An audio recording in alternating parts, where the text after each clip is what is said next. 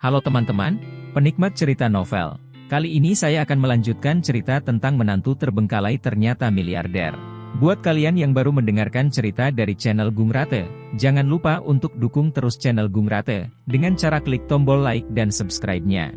Dan saya ucapkan terima kasih buat kalian yang sudah support. Bab 71. Tak lama kemudian, puluhan orang mendatangi ruang pesta pernikahan, 90% di antaranya laki-laki, dan hanya ada 3 perempuan, berusia antara 20 hingga 40 tahun. Mereka semua baru saja dibawa oleh pemuda itu. Pemuda itu memperkenalkan orang-orang ini adalah Presiden Fang kami, dan keduanya adalah putra Presiden Fang, Cakra, dan istri barunya Jelita. Puluhan orang buru-buru tersenyum dan menyapa, "Halo, Tuan Fad." "Halo, Tuan Fad." Sekelompok besar orang membuat Lutfi dan Cakra merasa sangat bangga. Cakra melihat dari jauh dan tiba-tiba merasa banyak orang di dalam tampak familiar, jadi dia berjalan mendekat dan bertanya dengan merendahkan. "Aku mendengar dari sopir ayahku bahwa kalian semua menjalankan perusahaan. Perusahaan apa yang sudah kalian buka? Katakan padaku." "Perusahaanku bernama Kiceng. Perusahaanku bernama Tianu Online. Punyaku adalah perusahaan teknologi kesehatan Sansheng." Semua orang mengobrol dan menyebutkan nama perusahaan mereka. Namun, ketika mendengar nama perusahaan tersebut, wajah Cakra tiba-tiba menjadi pucat. Karena dia mengetahui semua perusahaan ini dan telah berinvestasi di semuanya. Cakra menjadi bersemangat, "Anda hanyalah perusahaan sampah yang semuanya bangkrut dan menyebabkan saya kehilangan uang." Cakra telah berinvestasi di ratusan perusahaan selama periode ini. Saat menginvestasikan uang, dia tidak bertemu dengan CEO masing-masing perusahaan. Dia hanya meminta bawahannya untuk melakukannya setelah dia optimis. Oleh karena itu, tidak semua dari puluhan orang yang hadir saling mengenal. Melihat ini, Lutfi segera bertanya, "Cakra, apakah kamu menginvestasikan uangmu pada mereka? Semua perusahaan mereka bangkrut? Katakan padaku secepatnya, bagaimana dengan 500 juta yang kuberikan padamu? Berapa yang tersisa?" Lutfi menjadi gugup. Cakra tidak berani berbohong dan berkata dengan suara rendah, "Aku telah kehilangan segalanya." "Bentak!" Lutfi menampar wajah Cakra dan berteriak dengan marah, "Dasar anak hilang! 500 juta? Kamu kehilangan semua 500 juta begitu cepat?" Bahkan Jelita tidak dapat mempercayainya. Cakra mengatakan sebelumnya bahwa ayahnya memberinya 500 juta. Seolah-olah itu terjadi kemarin, dan Cakra juga bersumpah untuk menghasilkan 5 miliar untuk Jelita. Tapi sekarang, tidak ada 1 sen pun yang hilang. Cakra menutupi wajahnya, menangis, menunjuk ke arah Adinata, dan berkata, "Ayah, bajingan Adinata itulah yang mengincarku." Begitu Cakra menunjuk ke arah Adinata, dia melihat lusinan orang ini dan segera berlari menuju Adinata. Karena banyaknya orang, mereka semua berebut untuk menjadi yang pertama, dan Lutfi, Cakra, dan Jelita menghalangi jalan. Puluhan orang bergegas maju dan menjatuhkan ketiga orang tersebut seperti mobil bemper. "Hei, kenapa kamu berlarian?" Lutfi dipukul berulang kali dan berteriak dengan marah. Jelita juga terus berteriak. Lusinan orang tidak peduli bagaimana mereka bertemu dengan pemiliknya di sini, mereka tidak ada di sini untuk keluarga Fad. Ketika mereka datang ke Adinata, semua orang berperilaku baik. Mereka semua berlutut di tanah 2 meter dari Adinata. "Tuan Brahma, tolong biarkan kami hidup. Tuan Brahma, tolong biarkan kami hidup." Lusinan bos perusahaan semuanya berlutut di hadapan Adinata dan serempak memohon ampun. Pemandangannya begitu spektakuler hingga membuat takut semua pengusaha yang hadir. Ternyata orang-orang ini tidak mengagumi Tuan Fad, tetapi datang ke sini untuk Tuan Brahma. Tuan Brahma benar-benar hebat. Dia bisa menghapus begitu banyak perusahaan sendirian. Mengerikan. Adinata pasti menjadi orang nomor 1 di dunia bisnis Aurus Halls kita. Adinata minum teh dan berbicara perlahan, "Selama keluarga Fadih tidak lagi menginvestasikan uang padamu, tentu saja aku tidak akan menargetkanmu lagi." Mendengar kata-kata Adinata, lusinan orang berdiri, berbalik dan berteriak kepada Cakra.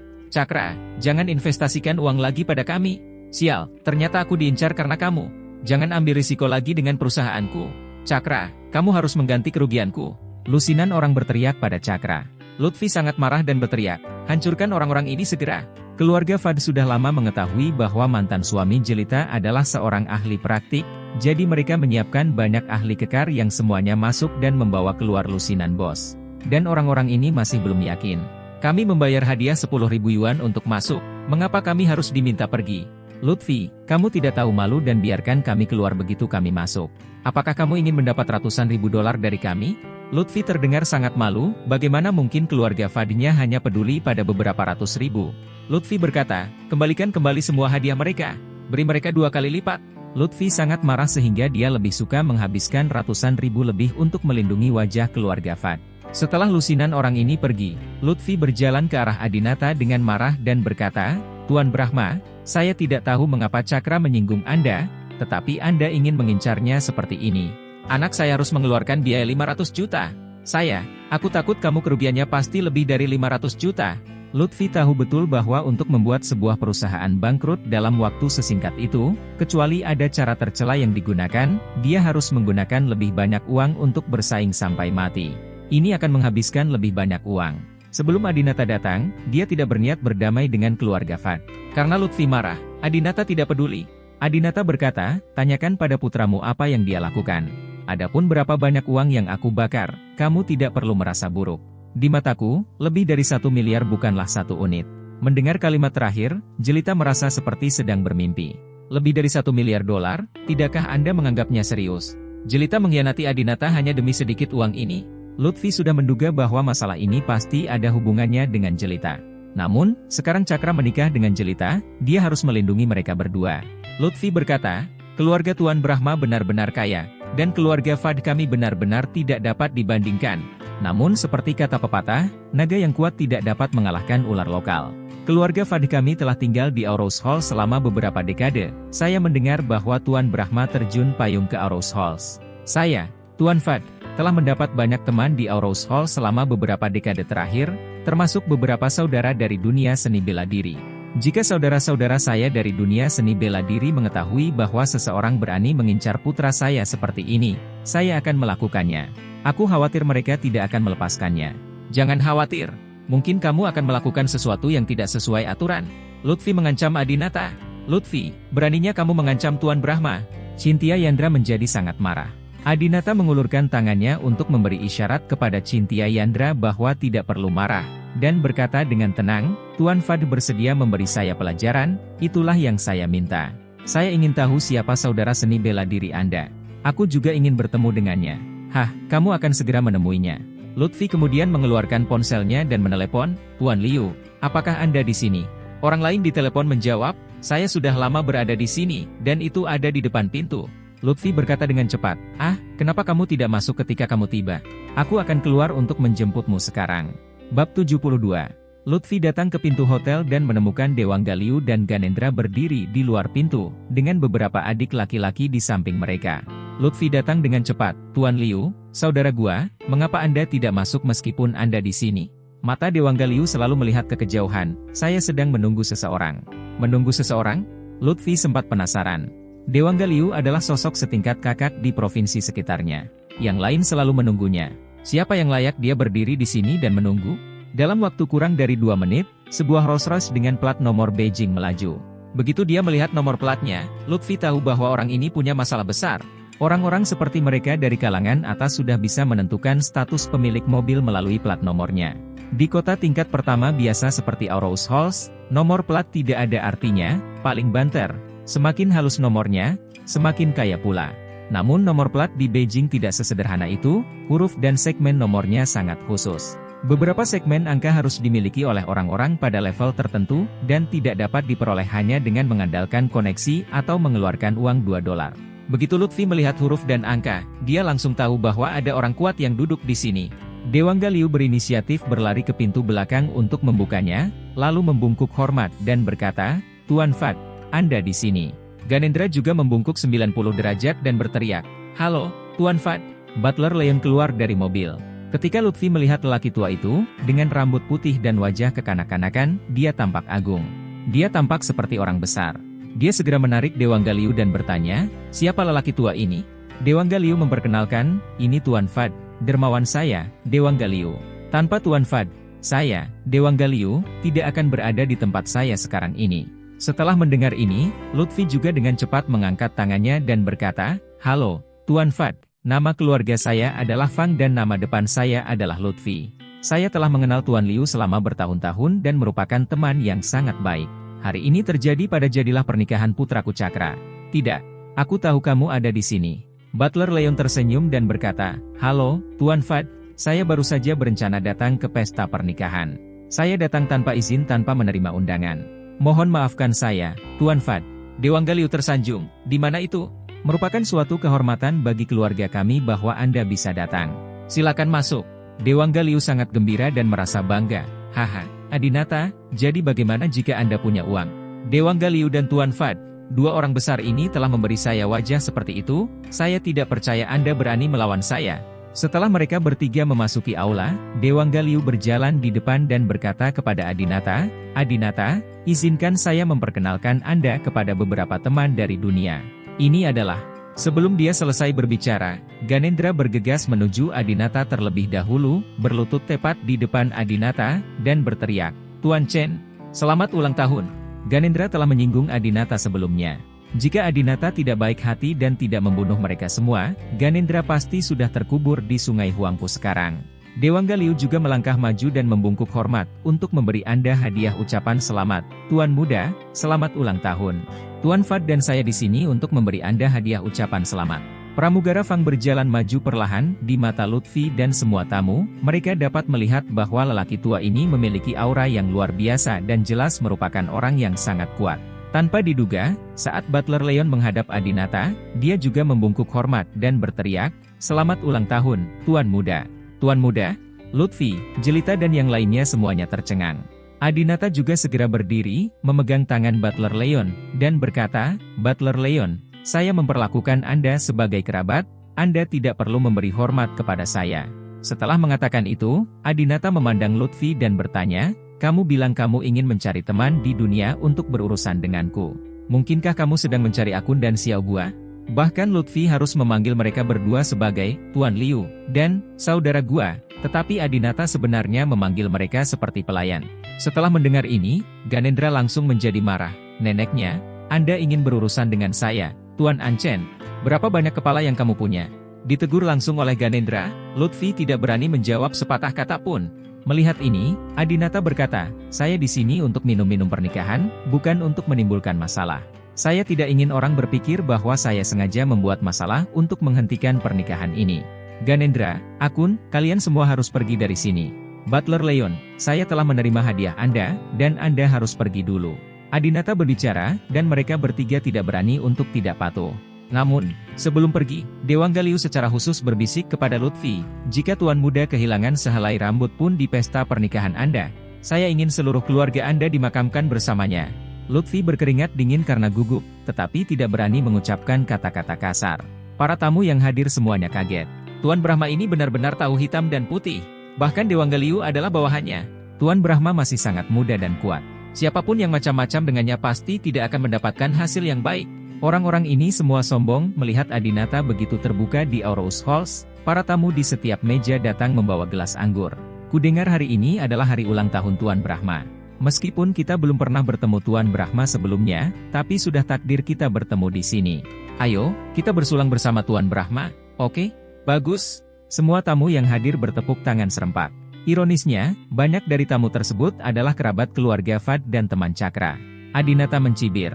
Dia tiba-tiba teringat bahwa belum lama ini, pada hari ulang tahun Nyonya Wibisana yang ke-80, banyak orang dari kalangan atas datang ke tempat kejadian. Hari itu, dia juga mengalami konflik dengan tuannya. Namun ternyata keluarga angkat yaitu keluarga Wibisana mendorong para tamu di lokasi kejadian untuk menghalangi pelarian Adinata, dan kemudian para tamu tersebut melakukannya.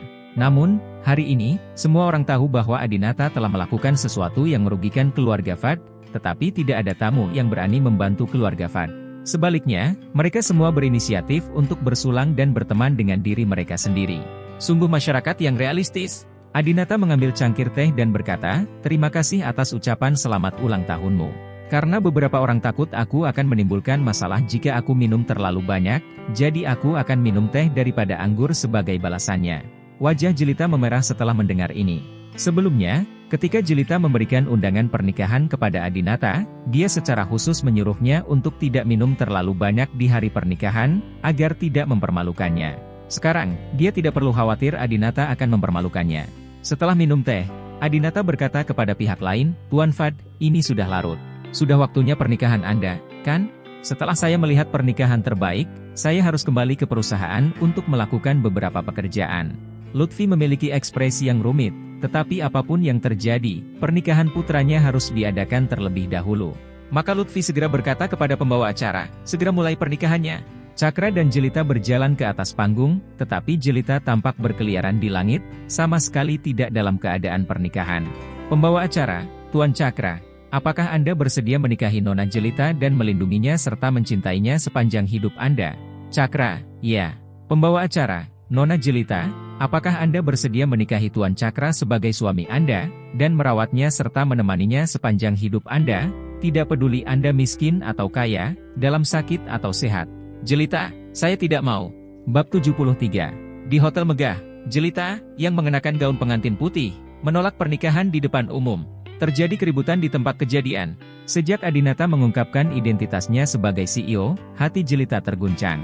Kemudian, saya melihat begitu banyak orang besar membungkuk kepada Adinata. Adinata hanyalah Kaisar Aurous Halls. Mantan kekasihku sekarang menjadi orang kaya yang dihormati semua orang.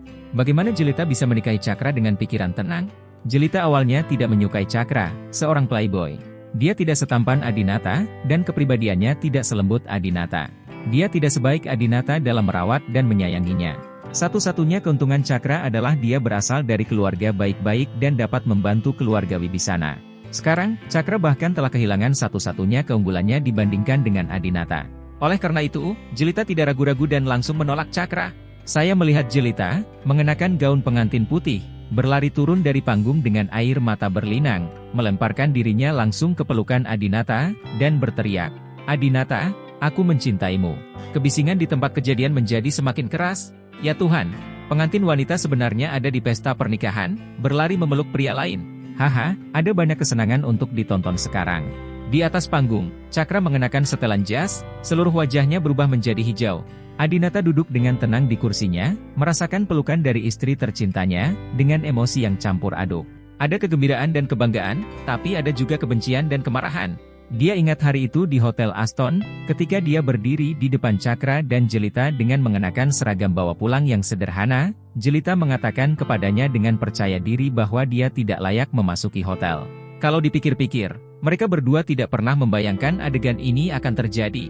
Cynthia Yandra, yang duduk di sebelah Adinata, mengeluarkan sebatang rokok dari tasnya, menyalakannya, dan tersenyum main-main. Jelita, kemarilah sekarang. Apakah menurutmu Adinata akan memaafkanmu? Mulut Cynthia Yandra sinis. Sebagai seorang wanita, dia benar-benar ingin mengatakan sesuatu padanya. Jika dia tahu hari ini, mengapa repot-repot? Sebagai master, wajah, tangan, dan kaki Lutfi semuanya gemetar. Menantu perempuan saya sebenarnya berlari untuk mengatakan, "Aku cinta kamu," kepada pria lain di pesta pernikahan. Ini memalukan. Ini memalukan bagi keluarga Fad. Di mana wajah keluarga Fad? Pada saat ini, Ismoyono tiba-tiba melangkah maju, menarik Jelita dari pelukan Adinata, dan menampar Jelita dengan keras. "Bentak!" Ismoyono berkata dengan cemas, "Kamu gila. Jika kamu menyinggung keluarga Wibisana seperti ini, apakah kami akan dikuburkan bersamamu?" Ismoyono tahu betapa seriusnya hal ini. Jelita telah membuat keluarga Fad kehilangan muka dan menjadi bahan tertawaan seluruh Aurous Halls. Keluarga Fad bukanlah lampu hemat bahan bakar, dan pasti akan memberikan sanksi kepada keluarga Wibisana Siwan. Tapi Juwita Jayanti datang, memeluk Jelita dengan sedikit kesusahan, dan berkata kepada Ismoyono, "Siwan, mengapa kamu memukul putrimu?" Jelita dan Adinata telah menikah selama 3 tahun, dan mereka memiliki hubungan yang dalam. Emosional. Kamu apakah benar memilih Adinata? Selain itu, bukankah Adinata juga CEO sekarang? Diam, kamu wanita yang hilang. Ismoyono sangat marah dan mengangkat tangannya lagi, ingin menampar Juwita Jayanti. Ismoyono tahu bahwa Adinata tidak mungkin berbalik dan dia tidak ada di sini untuk mencuri pernikahan hari ini. Tidak peduli seberapa banyak Jelita memohon, itu tidak ada gunanya. Kini Jelita telah menikah dengan keluarga Fad. Satu-satunya solusi saat ini adalah memilih tinggal bersama keluarga Fad terlebih dahulu. Jika tidak, jika Anda menyinggung Adinata dan kemudian menyinggung keluarga Fad, kedua belah pihak tidak akan mendapatkan bantuan apapun. Adinata tidak mengatakan sepatah kata pun tentang urusan keluarga-keluarga Wibisana. Dari ketiga orang tersebut, dulunya, satu adalah istrinya, satu adalah ayah mertuanya, dan satu lagi adalah ibu mertuanya. Tapi sekarang, itu tidak ada hubungannya dengan dia. Adinata berdiri dari tempat duduknya, mengancingkan jasnya dengan rapi, dan berkata, "Ini memang pernikahan terbaik di dunia. Pantas saja Tuan Fad bersikeras mengizinkan saya datang untuk melihatnya. Aku sudah melihat pernikahannya. Ada hal lain yang harus kulakukan di perusahaan, jadi aku pergi dulu." Cynthia Yandra juga mematikan rokok wanita yang baru saja dia nyalakan, berdiri dan berkata, "Sudah waktunya aku pergi juga." Huang Chengning, yang berada di meja yang sama, juga segera berdiri. Tuan Brahma, Tuan Yandra, tunggu saya. Saya tidak akan minum anggur pernikahan lagi. Saya akan pergi bersama Anda. Setelah ketiga orang itu pergi, para tamu di meja lain juga berjalan menuju Lutfi untuk mengucapkan selamat tinggal. Tuan Fad, masih ada yang harus kita lakukan di perusahaan, jadi saya pergi dulu. Unit kerjaku menelepon untuk mengingatkanku. Maaf, aku harus pergi sekarang. Tak lama kemudian, hanya tersisa 2 meja orang di aula pernikahan yang semula ramai. Orang-orang di kedua meja ini semuanya adalah kerabat keluarga Fad. Pada dasarnya, semua mitra bisnis itu telah tiada. Mereka yang telah mencapai Dao akan menerima banyak bantuan, dan mereka yang telah kehilangan Dao akan menerima sedikit bantuan. Orang-orang ini semuanya cerdas. Mengetahui Adinata memiliki konflik dengan keluarga Fad, siapa yang berani dekat dengan keluarga Fad? Jika dia tetap di sini dan akhirnya didengarkan oleh seseorang, dia mungkin akan berakhir seperti lusinan orang malang yang perusahaannya bangkrut dan suatu hari nanti akan terbunuh. Cakra mengangkat kursi dan membantingnya ke atas meja. Pernikahan itu menghabiskan biaya jutaan dolar, tetapi tidak ada yang datang untuk melihatnya. Ketika Lutfi melihat ini, dia masih menunjukkan sikap tenang. Cakra, bawa Jelita kembali ke rumah barumu. Hari ini adalah hari besarmu. Kalian pasangan muda, jangan pikirkan ini. Ibumu dan aku akan jaga dirimu baik-baik itu.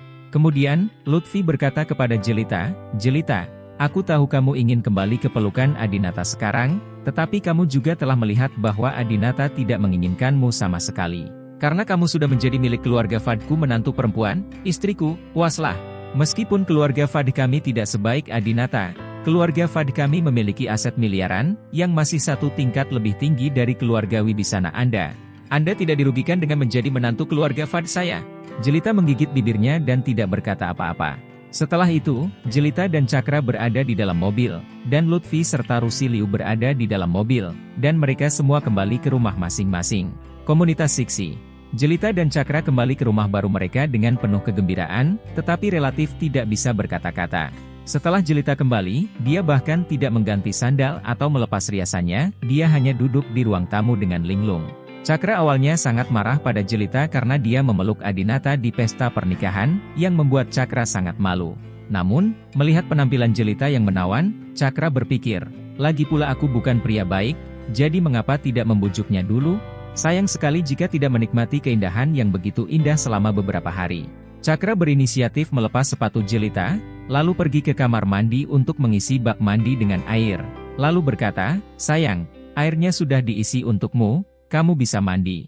Cakra mengulurkan tangannya untuk menarik Jelita, tapi Jelita membuangnya. Jelita berkata, jangan sentuh aku. Malam ini, kita akan tidur di kamar terpisah. Apa? Cakra menikah dengan Jelita karena dia rakus terhadap tubuhnya, tetapi Jelita tidak mengizinkannya berhubungan seks dengannya. Cakra pernah menggoda Adinata sebelumnya, tapi dia tidak pernah menyangka akan bernasib sama seperti Adinata. Cakra benar-benar marah. Jelita, apakah kamu pikir kamu masih seorang gadis muda? Berpura-pura menjadi murni? Apakah kamu pikir kamu akan kembali ke Adinata jika kamu melakukan ini? Jangan menjadi gadis kulit putih. Itu mimpi. Bab 74. Hari ini, Jelita mempermalukan Cakra di depan umum, dan menolak membiarkan Cakra menyentuhnya ketika dia sampai di rumah. Sebagai seorang pria, Cakra tidak pernah begitu dipermalukan. Cakra berkata dengan marah, apa yang terjadi di antara kita di Hotel Aston terlihat jelas oleh Adinata, jadi dia tidak bisa mengabaikannya bahkan jika dia mau. Haha, pria mana di dunia ini yang akan memaafkan istrinya karena selingkuh? Jelita juga sangat marah. Tiba-tiba dia merasa Cakra sedang memesan makanan untuk dibawa pulang di hotel. Apakah dia sengaja menarik perhatian Adinata? Bagaimana bisa begitu kebetulan? Saat itu, Cakra harus makan ayam hotpot yang harganya 20 atau 30 yuan per porsi padahal ada begitu banyak makanan enak di hotel. Bagaimana bisa begitu kebetulan bahwa ada begitu banyak pengantar makanan di Aurus Halls, tetapi Adinata lah yang mengantarkannya? Apalagi pengantar barang umumnya tidak diperbolehkan masuk ke kamar tamu. Jika Cakra terlalu malas untuk turun dan mengambil sendiri, dia bisa meminta pelayan hotel untuk mengambilkannya. Pelayanan hotel bintang 5 mutlak di tempat. Tapi Cakra hanya meminta Adinata untuk mengirimkannya. Semuanya kebetulan sekali jika Adinata tidak datang menemuinya. Jika Adinata meninggalkannya di lobi hotel dan pergi, maka Adinata tidak akan mengetahui tentang dia dan Cakra.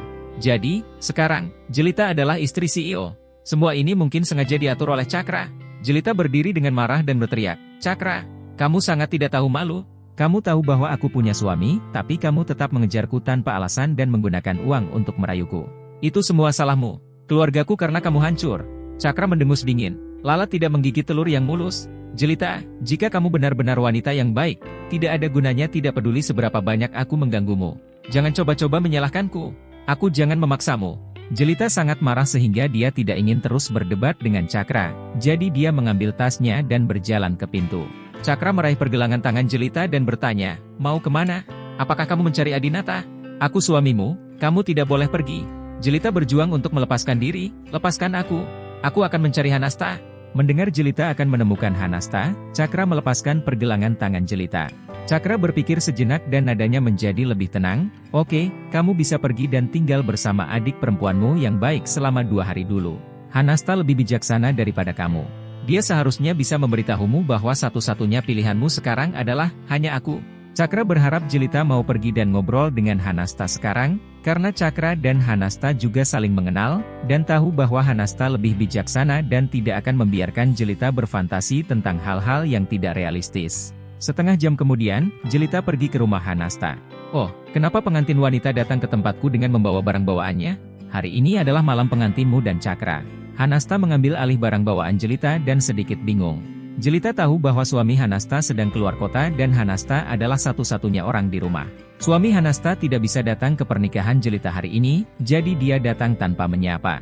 Jelita masuk ke ruang tamu dan berkata dengan ekspresi tertekan, Hanasta, kamu juga melihatnya hari ini. Adinata bukanlah Adinata yang tidak berguna, tapi Tuan Brahma. Apa yang harus aku lakukan?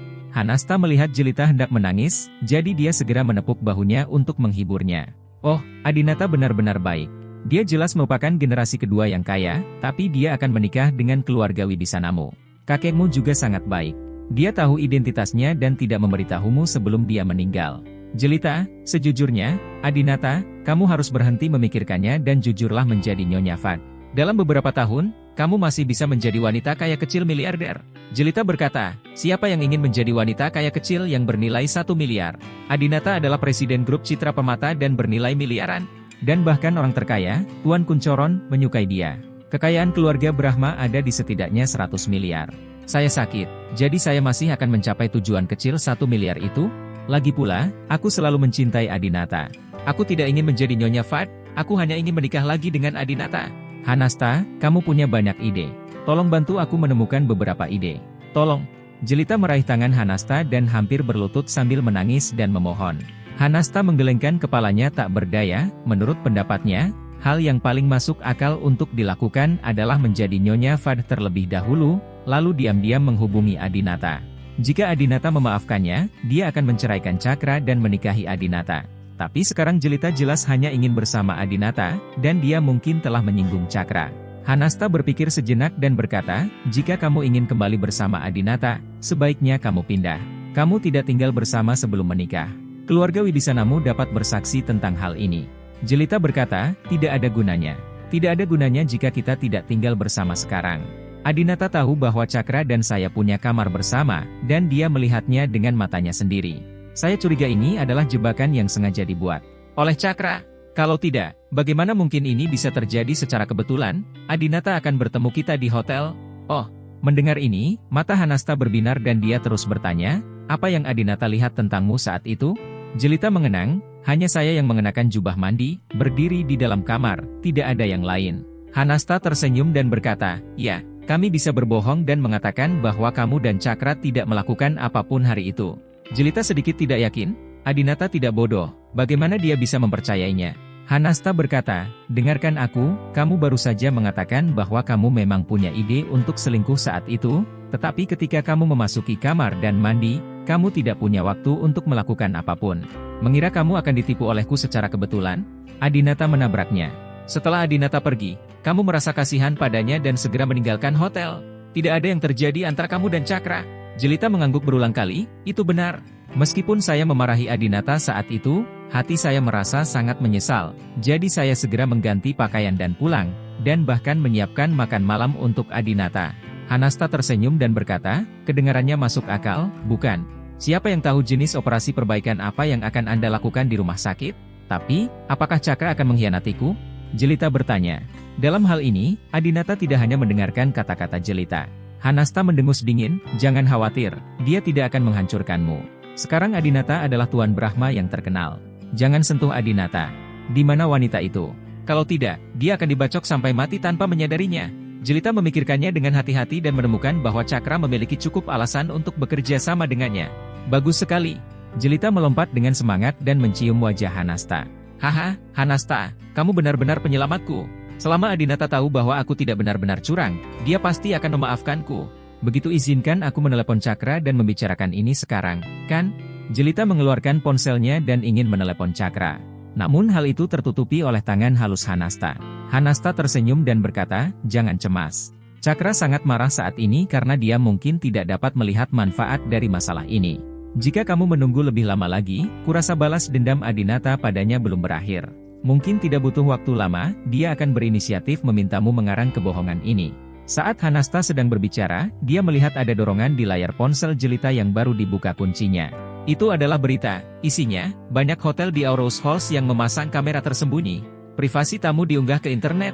Bab 75. Melihat ini, Hanasta dan Jelita terkejut. Karena keluarga Fad berkecimpung dalam bisnis hotel, banyak hotel di bawah bintang 4 di Aurous Halls dimiliki oleh mereka. Jelita mengklik dan melihat bahwa nama hotel, tanpa kecuali, semuanya adalah Hotel Fang. Ini, Jelita gugup dan tidak bisa berkata-kata. Hanasta tidak bisa menahan diri untuk tidak menghisap rokok seorang wanita dan berkata, ini seharusnya perbuatan Adinata. Saya tidak menyangka bahwa Adinata tampaknya cukup jujur dalam 3 tahun terakhir. Dia hanya berpura-pura membalas dendam pada orang lain, tapi itu tidak cukup. Kejam. Dengan banyaknya privasi tamu yang bocor, nama Yijia akan ternoda, dan harga saham pasti akan anjlok besok. Kehilangan uang untuk perbaikan adalah masalah sepele. Saya khawatir tidak ada lagi yang akan menginap di hotel ini. Saya mendengar bahwa keluarga Fad telah menghabiskan banyak uang baru-baru ini untuk membeli hotel di kota-kota lapis ketiga dan keempat. Ini uang mungkin terbuang percuma. Jelita menjabat lengan Hanasta dengan rasa khawatir dan bertanya, keluarga Fad tidak akan selesai, kan? Hanasta mengeluarkan lingkaran asap kecil, itu mungkin. Tepat pada saat ini, telepon Jelita berdering, dan itu adalah Cakra. Jelita dan Hanasta saling berpandangan, lalu menekan tombol speaker ponsel untuk menjawab panggilan. Jelita, maafkan aku tadi, aku seharusnya tidak bicara seperti itu padamu. Begitu Cakra muncul, dia meminta maaf terlebih dahulu kepada Jelita. Jelita tidak berkata apa-apa. Cakra melanjutkan, sudahkah Anda membaca beritanya? Sesuatu terjadi pada hotel kami dan kami membutuhkan uang untuk omsetnya. Bisakah keluarga Anda meminjamkan saya 100 juta? Saya berjanji akan segera mengembalikannya kepada Anda. Dan tambahan 50 juta. Jelita terkejut, Cakra benar-benar meminjam uang dari keluarga mereka? Jelita sangat bingung, kamu juga tahu bahwa seluruh uang keluarga kita ada di tangan nenek, dan aku tidak peduli. Cakra terus memohon, tolong, Jelita, bisakah kamu menemui nenek dan meminta pinjaman? Aku tidak akan memintamu sampai aku harus melakukannya. Selama kamu bersedia meminjamkan uang kepada kami, aku akan menerima syarat apapun kamu punya, berjanjilah.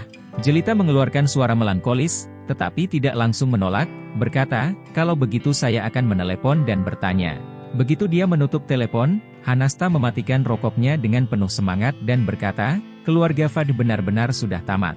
Jika keadaan terus seperti ini, bahkan jika kamu melahirkan seorang anak untuk Cakra, kamu tidak akan menjadi seperti ini, bisa mendapatkan 1 sen. Itu milikmu, jadi pergilah secepatnya. Jelita ragu-ragu apakah akan menelepon neneknya, tetapi neneknya justru menelepon lebih dulu. Hei, nenek, aku baru saja akan meneleponmu. Cakra memintaku untuk meminjam uang. Dia meminjam 100 juta dan berkata dia akan segera membayar kita kembali, dengan tambahan 50 juta. Jelita memberitahu Jelita tentang hal ini segera saat dia muncul, wanita tua. Nyonya Wibisana berkata dengan marah di telepon, pinjam uang. Pinjamkan kaki pada neneknya. Keluarga Wibisana kita tidak punya uang untuk meminjamkannya. Keluarga Fad mereka sudah habis. Jelita, segera cerai Cakra dan jangan bantu mereka. Juga, setelah perceraian, segera kembalikan Adinata kepadaku. Adinata adalah cucu ipar keluarga Wibisanaku. Aku tidak peduli metode apa yang kamu gunakan. Apakah itu jebakan madu atau memohon sambil berlutut, kamu harus mendapatkannya kembali. Kamu tidak bisa mendapatkannya kembali, jangan bilang kamu berasal dari keluarga Wibisanaku. Dudu. Setelah mengatakan itu, Nyonya Wibisana meninggal.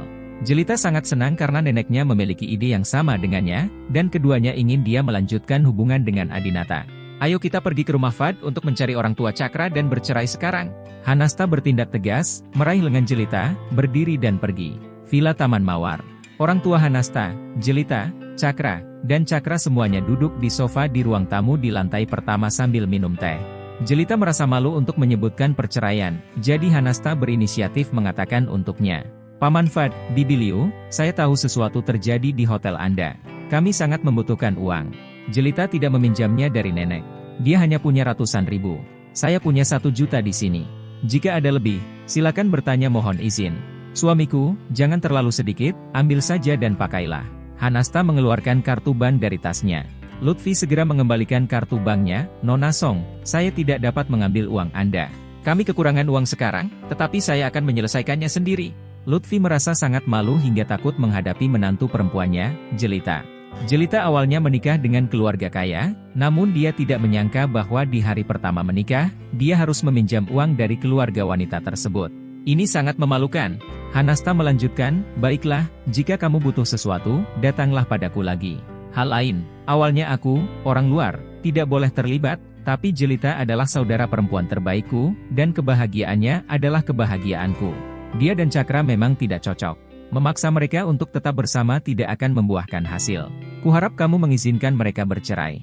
Lutfi, Rusi Liu, dan Cakra semuanya tampak mangunrah. Lutfi merenung sejenak dan berkata, saya tidak meminta Nona Wibisana untuk tinggal dan berbagi kesulitan dengan keluarga Fad kami. Jika Nona Wibisana ingin bercerai, maka cerailah. Rusi Liu juga setuju, Nona Song benar, dan saya setuju. Dalam pandangan Rusi Liu, manfaat perceraian Cakra dengan Jelita jauh lebih besar daripada kerugiannya. Keluarga Fad sekarang menjadi sasaran karena Adinata. Jika Cakra terus mendominasi wanita Adinata, itu akan menjadi hal yang sangat berbahaya bagi Cakra. Cakra mengepalkan tangan kanannya erat-erat, dia tidak mau menyerah, dia tidak mau kehilangan wanita yang dinikahinya dalam waktu kurang dari sehari. Aku tidak akan pergi, Cakra berteriak. Bentak, Rusi Liu menamparnya. Hanya karena kamu mencuri wanita Adinata, perusahaan ayahmu saat ini diserang. Apakah kamu masih begitu bodoh? Pergi dan cerai Nona Wibisana segera, lalu beritahu teman-temanmu bahwa kamu bilang kamu pernah tidur dengan Nona Wibisana sebelumnya. Rusi Liu sekali lagi memberi pelajaran pada Cakra. Dalam beberapa tahun terakhir, Cakra belum pernah melihat ibunya begitu marah. Cakra menangis frustasi. Seorang pria dewasa menitikkan air mata di depan 3 wanita. Dia berdiri dengan enggan dan berteriak, pergi saja, Jelita, suatu hari nanti, aku akan membuatmu menyesal. Jelita tahu bahwa Cakra tidak mau menyerah, jadi dia tidak ingin mengatakan apa-apa lagi. Saya akan menunggumu di biro urusan sipil. Setelah mengatakan itu, dia pergi bersama Hanasta dulu. Setelah keduanya pergi, Rusi Liu menyeka air mata Cakra dengan tisu dan berkata, nak, jangan menangis. Kembalilah setelah perceraian. Ibu telah menyiapkan beberapa wanita untukmu. Mereka semua ada di kamar tidur di lantai 2, kamu tidak pergi ke sana selama 2 hari ke depan, melahirkan saja di rumah. Apa kamu mendengarku? Ah, Cakra tampak bingung dan bahkan berhenti menangis. Bu, apa maksud ibu? Cakra tidak mengerti, mengapa ibunya menyiapkan seorang wanita untuknya. Apakah Anda masih perlu mempersiapkannya setelah perceraian? Rusi Liu berkata, jangan khawatir. Dengarkan saja ibu, wanita-wanita ini semuanya sangat cantik. Kamu pasti akan menyukainya. Cakra menelan. Oh, bab 76. Saat Cakra berangkat ke biro urusan sipil, sopirnya mengantarnya ke sana. Selain itu, keluarganya menugaskan 2 pengawal untuk mengikutinya, bahkan ada mobil khusus yang mengawalnya di depan dan di belakang mobil. Apakah kamu khawatir Adinata akan membalas dendam pada Cakra? Dia berani menyentuh anakku. Di dalam villa, wajah Lutfi tampak garang, dengan urat-urat yang terlihat jelas. Lutfi sudah menebak mengapa Rusi Liu menjodohkan seorang wanita untuk putranya. Rusi Liu khawatir Adinata akan mengebiri Cakra, jadi dia meminta Cakra untuk melahirkan anak tersebut terlebih dahulu agar tidak memiliki anak di kemudian hari. Sedih sekali harus bersiap menghadapi hari hujan seperti ini. Rusi Liu berkata, bagaimana Anda tahu dia tidak berani? Anda juga melihat hari ini bahwa Dewangga Liu dan Ganendra memperlakukannya seperti tuan mereka. Kedua orang ini membunuh orang dan membakar. Bentak, Lutfi dengan marah membanting vas ke tanah. Jika sesuatu terjadi pada anakku, aku akan bertarung dengan Adinata. Rusi Liu menggelengkan kepalanya, Lutfi, kamu tidak perlu terlalu khawatir. Jika Adinata benar-benar ingin melakukan sesuatu pada putranya, dia pasti sudah melakukannya sejak lama. Bagaimana mungkin aku tidak khawatir?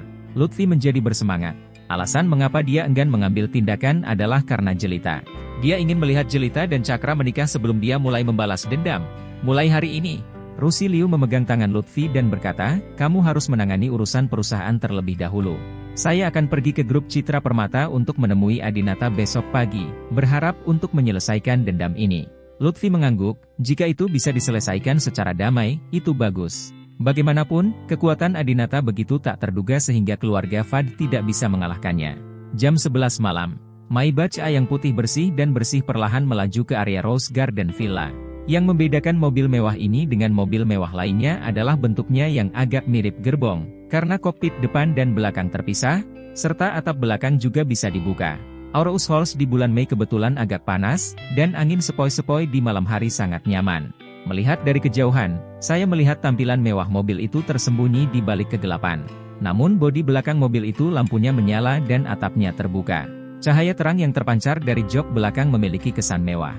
Setelah orang melihatnya, mereka hanya akan menghela nafas, ini terlalu mewah. Samar-samar aku bisa melihat laki-laki yang duduk di kursi belakang, mengenakan jas putih dan minum sampanye. Para wanita di jalan semuanya ingin berlutut dan menanyakan informasi kontak mereka. Pangeran, dia hanyalah seorang pangeran yang hanya ada di dunia dongeng. Semua wanita ini tidak layak. Kamu Chen, Tuan Brahma. Di pintu masuk villa, begitu mobil masuk, Hanasta menghentikan kereta mewah dan berteriak kepada Adinata.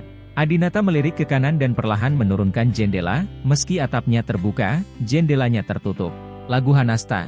Tentu saja, Hanasta bukan satu-satunya, tapi di sebelahnya ada Jelita. Jelita tetap begitu cantik, mulia dan anggun dalam balutan gaun Chanel hitam. Kalau dipikir-pikir, kecantikan seseorang tidak akan banyak dipengaruhi oleh mood atau karakternya. Adinata, Jelita memanggil Adinata. Meski mengenakan pakaian mahal, berdiri di luar mobil seharga puluhan juta, ia merasa seperti seorang pengemis. Duduk di dalam mobil mewah, Adinata tampak seperti seorang pangeran kuno. Adinata mengabaikan Jelita, tetapi melihat ke arah Hanasta. Sejujurnya, hubungan Adinata dan Hanasta selama 3 tahun terakhir tidak buruk. Hanasta bisa dikatakan sebagai sahabat Adinata di antara teman-teman Jelita. Teman-teman Jelita yang lain semuanya meremehkan Adinata. Mereka tidak pernah memandang Adinata dengan serius setiap kali mereka bertemu, dan mereka selalu menggunakan dia sebagai pelayan. Pergi ke mall untuk mengambil barang, menjalankan tugas membeli makanan dan minuman, Adinata benar-benar jatuh cinta padanya. Namun Hanasta tidak pernah mengejek Adinata. Sebaliknya, ia sering mengundang Adinata makan malam. Mungkin karena Hanasta adalah pencinta kecantikan dan menyukai pria tampan, dan kebetulan Adinata cocok dengan seleranya. Hanasta anggun dan anggun karena dia membungkuk, rambut panjang dan indahnya tanpa sadar tergerai, menghalangi pandangannya. Dia menata rambutnya ke belakang dan berkata, "Haha, Adinata, saya pikir kamu tidak akan mengenali saya sejak kamu menjadi Tuan Brahma." Adinata tersenyum dan berkata, "Bagaimana bisa? Aku masih berhutang padamu beberapa kali makan." Hanasta berkata, "Haha, Jelita dan aku di sini untuk meminta makanan. Apakah kamu ingin kami pergi ke rumahmu dan melihat rumahmu?" Adinata melirik Jelita, lalu berkata kepada Hanasta, "Saya menyambut Nona Song datang ke tempat saya. Hari ini adalah hari besar Nona Wibisana dengan Tuan Fad.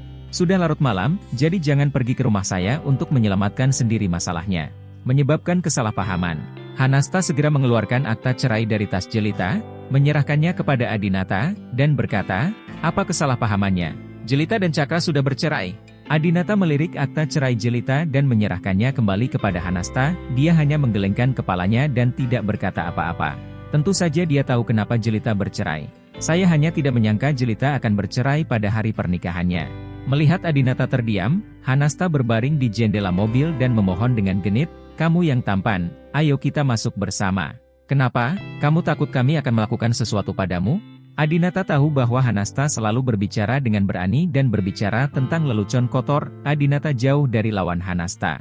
Adinata tidak terlalu menyukai Hanasta karena kehidupan pribadinya cukup berantakan. Jelita adalah gadis kecil yang berperilaku sangat baik dan murni, tapi perlahan dia berubah menjadi buruk setelah bersamanya dalam waktu yang lama.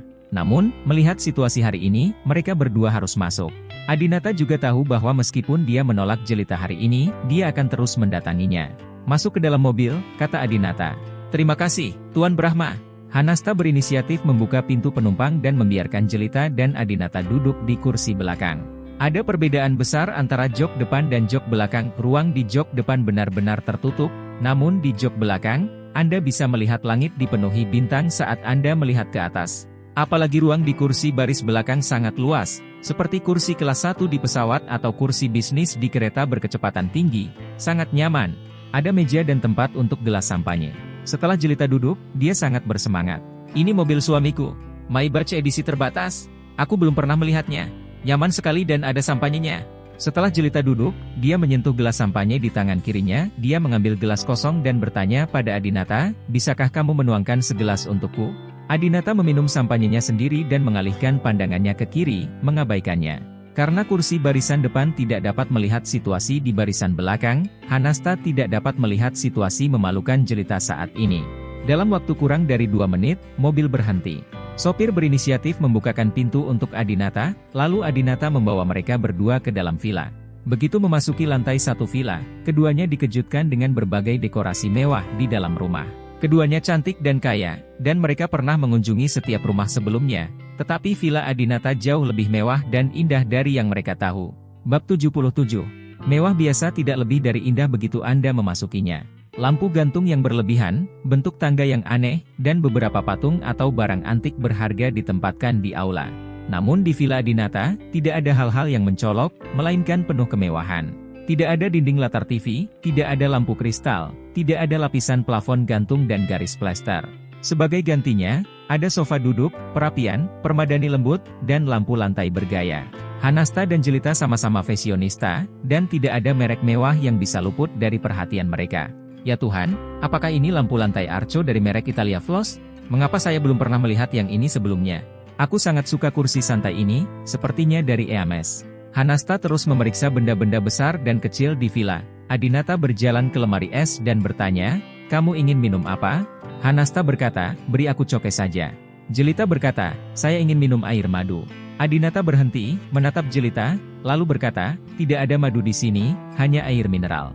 Hanasta mencubit Jelita dengan ringan dan berbisik, kamu sangat serius. Kamu masih ingin dia membuatkan air madu untukmu. Jelita cemberut. Dalam 3 tahun terakhir, dia sudah terbiasa Adinata melayaninya seperti ini, dan dia ingin mengalaminya lagi. Keduanya mengambil minuman yang dilemparkan oleh Adinata, Hanasta menyesapnya dan berkata, Adinata, aku sangat suka gaya dan warna furniturmu di sini. Putih, biru, langit biru, dan awan putih, mengingatkanku pada hotel favorit Jelita dan aku di Phuket, haha. Adinata berkata dengan ringan, oh, banyak barang di sini diterbangkan dari villa saya di Phuket, karena banyak di antaranya adalah edisi terbatas, dan hanya ada 1 di dunia. Butuh waktu untuk membuatnya kembali, jadi saya tidak melakukannya. Jangan membeli yang baru. Apa? Kamu punya villa di Phuket? Di mana lokasinya? Hanasta dan Jelita sama-sama kaget, karena mereka sangat menyukai Phuket dan pergi ke sana hampir setiap tahun. Jelita telah mengatakan berkali-kali bahwa ketika dia menjadi kaya di masa depan, dia harus membeli sebuah villa di sana. Adinata berpikir sejenak dan berkata, Tanjung Panwa, Phuket, lebih dari 2.300 meter persegi. Hanasta dan Jelita sama-sama tercengang. Hanasta hampir tersedak Coca-Colanya. Saya pusing. Jelita dan saya tinggal di villa sebelah sana. Harganya mulai dari 60.000 yuan per malam. Setiap kali kami menyewa di sana selama beberapa hari, kami merasa kasihan kami untuk waktu yang lama. Dan kamu membelinya.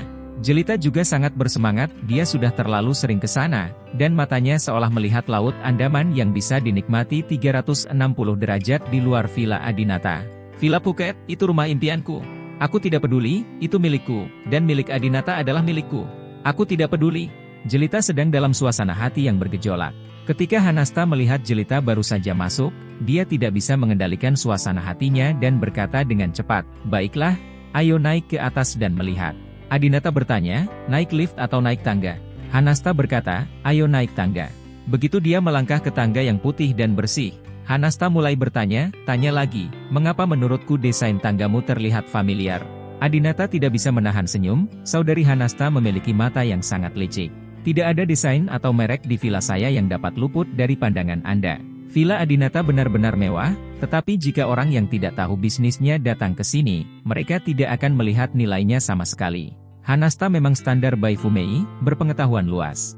Adinata berkata, saya mendesainnya berdasarkan tangga rumah Iron Man di film Marvel Iron Man.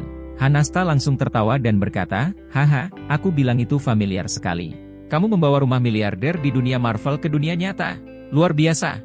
Jelita juga menyukai film Marvel dan Iron Man Tony Stark. Ketika mendengarnya, dia menjadi bersemangat lagi. Jelita terus menarik-narik pakaian Hanasta dari belakang dan berbisik genit, aku juga menyukai Iron Man, dan aku juga menyukai tangga ini. Hanasta menggelengkan kepalanya tak berdaya, lihatlah potensimu. Sebelum keduanya datang, Hanasta dengan jelas menyuruh Jelita untuk tenang, dan dia akan menciptakan kesempatan bagi keduanya untuk bertemu sendirian.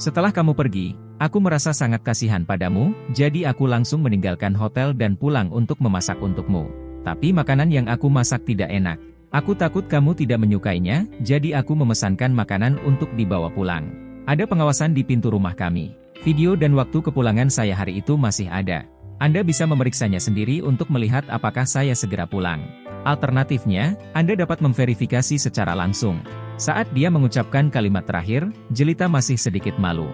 Adinata sedikit bingung, dia tidak tahu apakah yang dikatakan Jelita itu benar atau bohong yang sengaja dibuat agar bisa kembali bersamanya.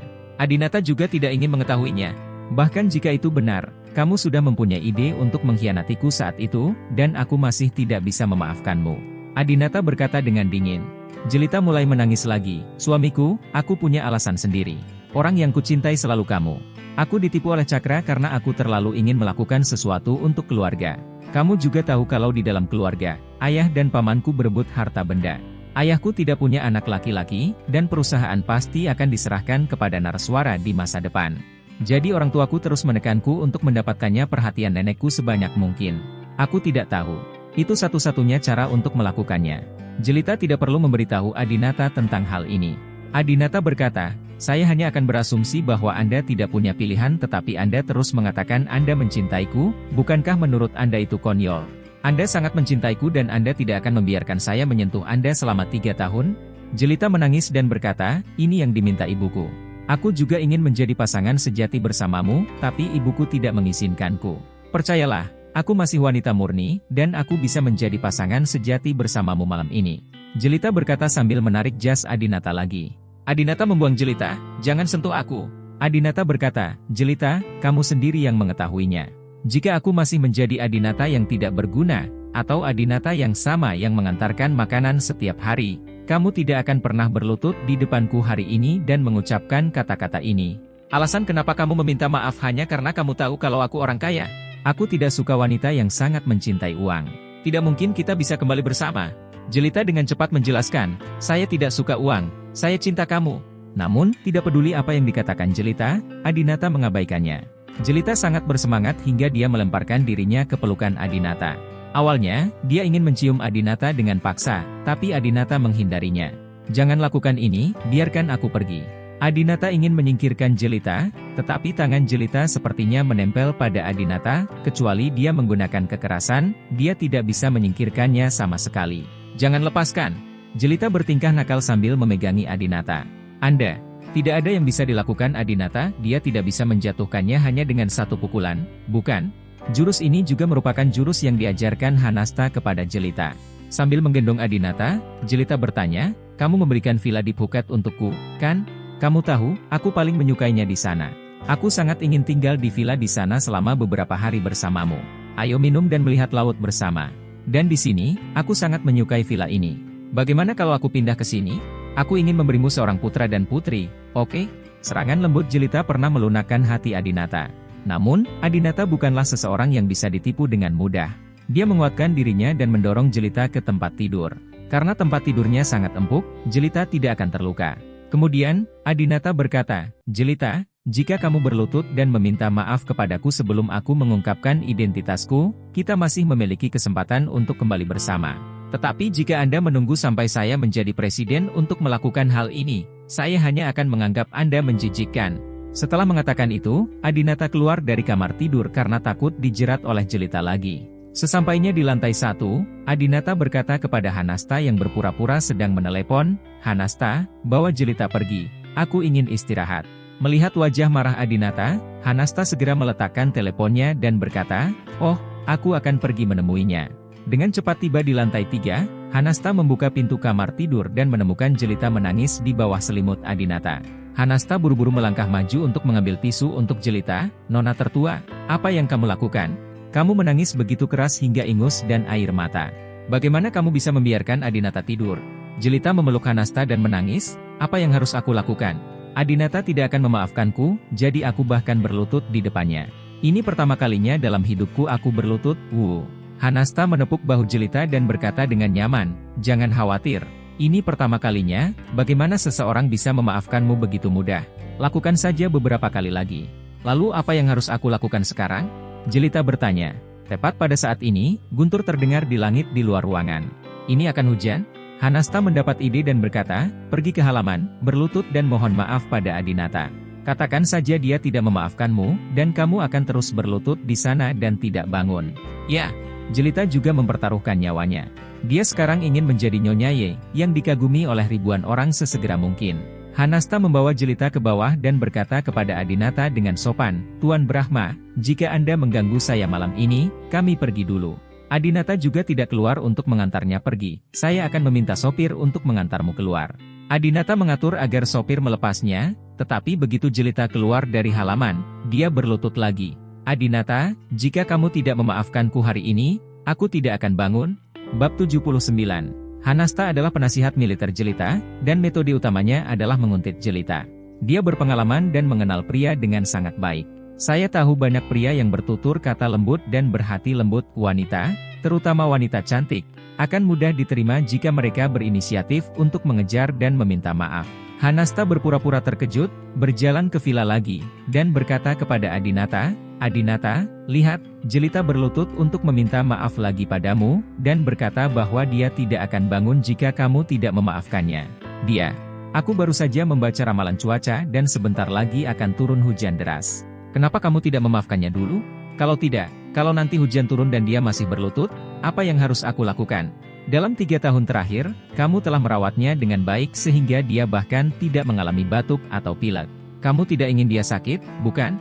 Hanasta tahu betul jika Jelita jatuh sakit, Adinata pasti akan merasa tertekan. Adinata memang akan merasa tertekan, tapi dia tidak akan memaafkan Jelita hanya karena ini. Pengkhianatan adalah masalah prinsip, jika dia memaafkannya, maka harga kesalahannya terlalu rendah. Adinata teringat saat dia datang tadi, langit masih dipenuhi bintang.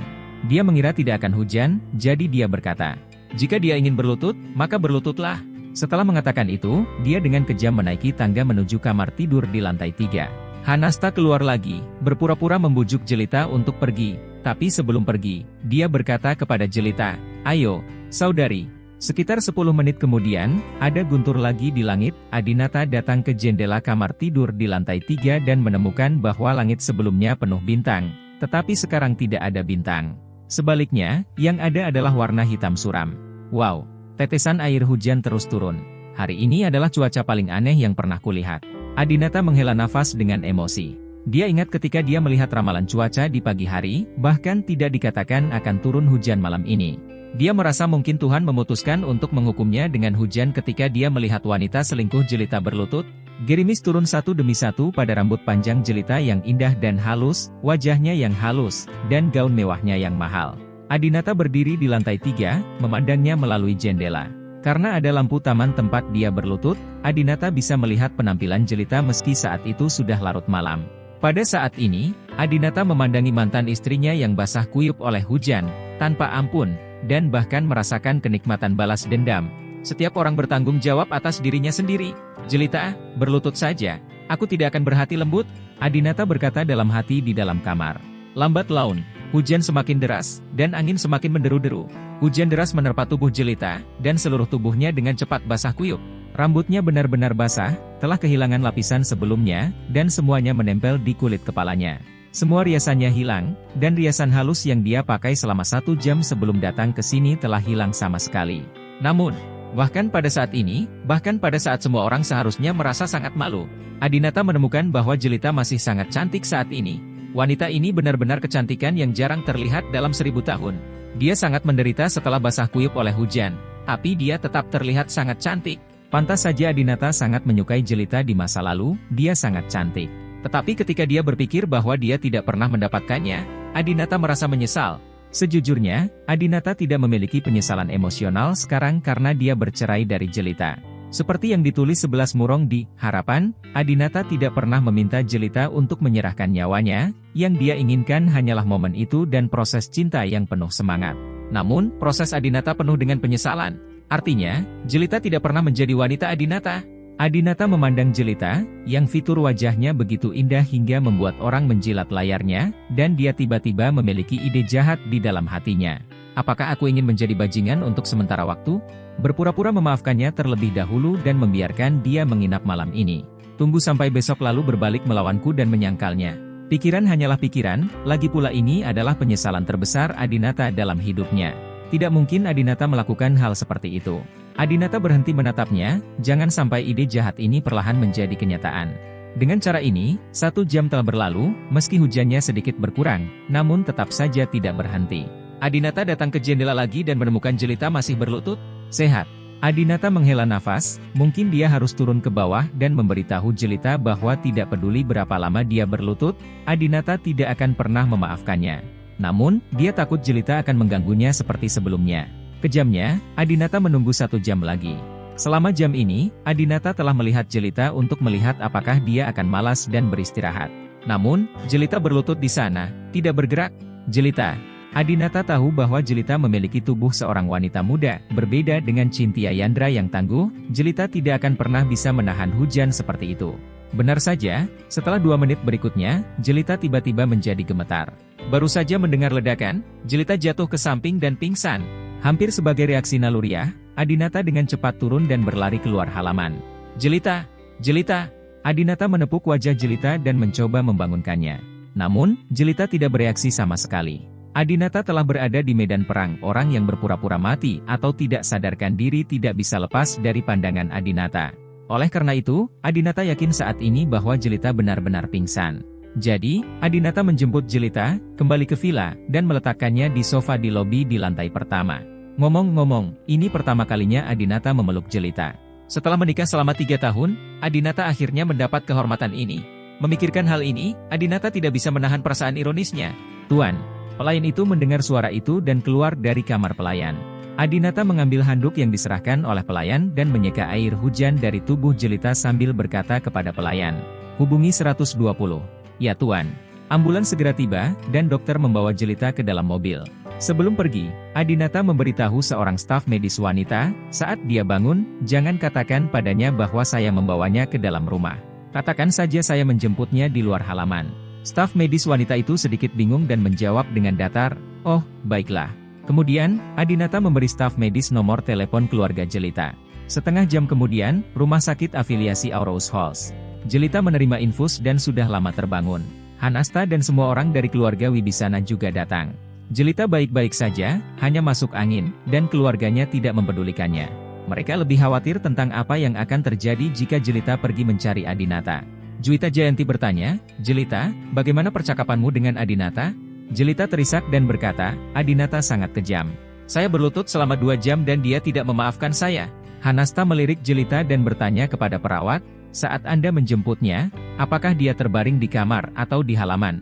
Perawat itu ragu-ragu untuk waktu yang lama. Melihat betapa menyedihkannya Jelita, dia merasa sangat tidak puas dengan Adinata. Sungguh, bisakah pria kaya melakukan ini? Biarkan wanita cantik itu berlutut dan meminta maaf kepada seorang pria. Aku tidak mau mendengarkannya. Bab 80. Entah itu perawat, dokter, pilot, atau pengusaha. Mereka juga laki-laki dan perempuan, dan mereka juga memiliki perasaan sesama jenis. Di mata perawat wanita, kecantikan seperti Jelita bagaikan peri. Wanita seperti itu seharusnya digendong di telapak tangan pria. Bagaimana dia bisa berlutut dan meminta maaf kepada pria? Sungguh keterlaluan. Perawat wanita ini sebenarnya adalah seorang feminis sejati. Dia memiliki akun feminis dengan banyak penggemar di Weibo. Dia sering memposting untuk berbicara mewakili sesama jenis. Tahun lalu, pianis terkenal Harjita Yandra menikah dengan seorang istri cantik yang 10 tahun lebih muda darinya. Istrinya tidak hanya muda, tapi dia juga cantik dan terpelajar, terutama sosoknya yang membuat iri semua wanita. Perawat wanita ini mengkritik Harjita Yandra di Weibo, mengatakan bahwa Harjita Yandra, seorang pria parubaya yang berminyak, tidak layak menikahi istri seperti itu. Harjita Yandra juga seorang pianis kelas dunia, dia adalah seorang jenius piano yang sudah bertahun-tahun tidak diproduksi di Tiongkok dan Asia. Di mata perawat wanita ini, pria sukses seperti itu tidak layak menikahi wanita muda yang cantik. Bisa dibayangkan betapa berprasangka buruknya terhadap laki-laki. Jadi, perawat wanita itu sengaja berbohong, saat kami masuk, dia ada di villa, di kamar tidur di lantai 2 atau 3. Semua orang sangat senang Adinata memasukkan Jelita ke dalam kamar, dan akhirnya dia tidak terlalu kejam. Tentu saja, Adinata adalah seorang pria sejati, jadi wajar saja melakukan ini. Lagi pula, Jelita sudah pingsan, jadi kita tidak bisa membiarkannya terus terkena hujan, bukan? Perawat wanita melanjutkan, ketika kami menggendong Nona Wibisana, kami menemukan bahwa tubuhnya telah dikeringkan. Kecuali rambut dan pakaiannya yang basah, Tidak ada hujan di lengan, paha, dan betisnya. Perawat wanita itu jelas-jelas berbohong. Adinata baru saja menggendong Jelita masuk dan menempatkannya di ruang tamu. Adinata hanya menyeka wajah dan lehernya dengan handuk, dan tidak menyentuh bagian lainnya sama sekali. Mendengar hal tersebut, beberapa orang menjadi terkejut. Mungkinkah Adinata menghapusnya untuk Jelita? Jelita bahkan sedikit pemalu. Dia sangat berharap hal itu terjadi. Namun, dia juga tahu bahwa ada pelayan di villa itu, dan belum tentu Adinata yang melakukannya. Pada saat ini, perawat wanita melanjutkan, juga, saya menemukan bahwa pakaian Nona Wibisana sedikit acak-acakan. Saya curiga pria di villa itu mungkin memanfaatkan Anda. Apa? Mendengar perkataan perawat wanita itu, Jelita dan Juwita Jayanti menjadi bahagia. Jelita berkata dengan gembira, Adinata masih mencintaiku, aku tahu dia mencintaiku. Perawat wanita itu sangat bingung dan berkata, Miss Wibisana, Anda terlihat seperti peri. Pria seperti apa yang Anda inginkan? Mengapa Anda harus berlutut di depan pria? Perilaku seperti ini terlalu memalukan bagi wanita. Menurutku pria itu tidak sebaik itu. Dia hanya punya sejumlah uang. Tingginya sepertinya tidak 180 cm. Dia hanya orang cacat kelas 2. Nona Wibisana, jika Anda ingin mencari seseorang, saya dapat memperkenalkan Anda kepada seseorang yang tinggi, tampan, dan kaya. Ketika Hanasta mendengar ini, dia mengeluarkan 100 yuan dari tasnya dan menyerahkannya kepada perawat. Oke, kamu boleh keluar. Itu bukan urusanmu. Beraninya kamu menyebut Adinata orang cacat kelas 2? Jika pria super kaya seperti Adinata bukan saudara perempuan yang baik, bahkan Hanasta pun ingin merebutnya. Setelah perawat meninggalkan bangsal, Jelita dengan gembira berjabat tangan dengan Juwita Jayanti untuk merayakannya. Bu, apakah kamu mendengar itu? Adinata mungkin menciumku ketika aku koma tadi. Juwita Jayanti berkata dengan gembira, aku mendengarnya, putriku sangat cantik. Adinata tetaplah seorang laki-laki tidak peduli apapun yang terjadi, bagaimana dia bisa menahan diri ketika dia melihatmu? Apakah ini berarti dia memaafkanku? Jelita memandang penasihat militer, Hanasta. Hanasta tersenyum dan berkata, aku sudah memberitahumu bahwa Adinata hanya bersikap keras dengan kata-katanya. Dia mungkin telah memaafkanmu di dalam hatinya. Hanya saja sebagai seorang pria dan CEO, dia terlalu peduli pada wajah. Jelita, jika kamu terus bekerja keras, cepat atau lambat, dia akan kembali bersamamu. Jelita mengangguk penuh semangat, ya. Naraswara dan Maktika Wibisana juga hadir, tentu saja. Mereka tidak mengkhawatirkan kesehatan Jelita, tetapi terutama ingin mengetahui sikap Adinata terhadapnya. Maktika Wibisana berpikir dalam hati, Adinata benar-benar memanfaatkan saudari Jelita ketika dia sedang koma. Aku memiliki sosok yang lebih baik daripada saudara perempuanku. Jika suatu hari aku koma di tempat Adinata, akankah dia melakukan sesuatu padaku juga? Maktika Wibisana mulai memiliki fantasi yang tidak realistis lagi. Naraswara melangkah maju dan berkata, Jelita, kamu harus berterima kasih padaku. Jika aku tidak mengawasimu selama periode waktu ini dan tidak membiarkanmu tinggal bersama Cakra sebelum menikah, tidak peduli betapa cantiknya kamu akan melakukannya masih menikah dengan Cakra. Setelah dianiaya oleh binatang buas itu begitu lama, apakah menurutmu Adinata masih ingin menyentuhmu? Omong-omong, Jelita memang sangat berterima kasih kepada Naraswara. Kebohongan tentang pembukaan rumah dapat diselesaikan, tetapi selama masa pengurusan akta hingga pernikahan, jika Naraswara tidak menggunakan nama neneknya dan menelepon setiap malam untuk mengawasi. Diperkirakan Jelita sudah tidur dengan Naraswara lagi. Bagaimanapun, mereka telah memperoleh sertifikat dan sekarang menjadi pasangan sah. Mereka berencana untuk bersama di masa depan. Jelita tidak akan menolak Naraswara. Tapi jika itu benar, Adinata benar-benar membenci Jelita. Terima kasih, saudara Naraswara. Jelita juga dengan tulus berterima kasih kepada Naraswara. Setelah mengatakan itu, Jelita mencabut jarumnya, saya pingsan karena sedih. Saya tidak memerlukan suntikan lagi. Saya ingin pulang dan memberitahu nenek kabar baik. Nyonya Wibisana sebelumnya mengatakan bahwa jika Jelita tidak dapat membawa Adinata kembali, dia tidak akan mengenalinya sebagai anggota keluarga Wibisana. Sekarang dia pergi memohon pada Adinata untuk pertama kalinya dan ada kemajuan besar, tentu saja dia ingin neneknya mengetahuinya. Setengah jam kemudian, Suete Villa. Benarkah? Perawatnya benar mengatakan itu? Mendengar hal itu, Nyonya Wibisana pun tertawa gembira. Alhamdulillah telah memberikan wajah cantik kepada cucuku, haha. Selama Adinata masih memikirkanmu, kamu akan punya kesempatan untuk kembali bersamanya. Hanasta juga setuju dan berkata, masalahnya sekarang adalah Adinata harus berpura-pura menjadi kejam di permukaan. Saya khawatir jika Jelita pergi mencarinya lagi, dia bahkan tidak akan memberi Jelita kesempatan untuk melakukannya. Temui dia. Berikan. Nyonya Wibisana mengangguk. Adinata memiliki sifat yang keras kepala. Ini benar. Kita harus menciptakan kesempatan bagi Jelita untuk bertemu. Apa yang harus kita lakukan? Juwita Jayanti bertanya dengan tidak sabar. Dia sangat ingin menjadikan Adinata sebagai menantunya lagi. Nyonya Wibisana berpikir sejenak dan tiba-tiba mengalihkan perhatiannya ke pudel Huahua yang dipegangnya. Nyonya Wibisana melemparkan Huahua ke tanah, lalu menginjak kaki depan Huahua dengan keras. Ah, pudel Huahua langsung menjerit kesakitan. Nenek, apa yang kamu lakukan? Jelita juga kaget. Biasanya neneknya sangat menyayangi pudel ini. Nyonya Wibisana berkata, Narswara, telepon Adinata besok dan beritahu dia bahwa pudel kesayangannya, Huahua, terluka.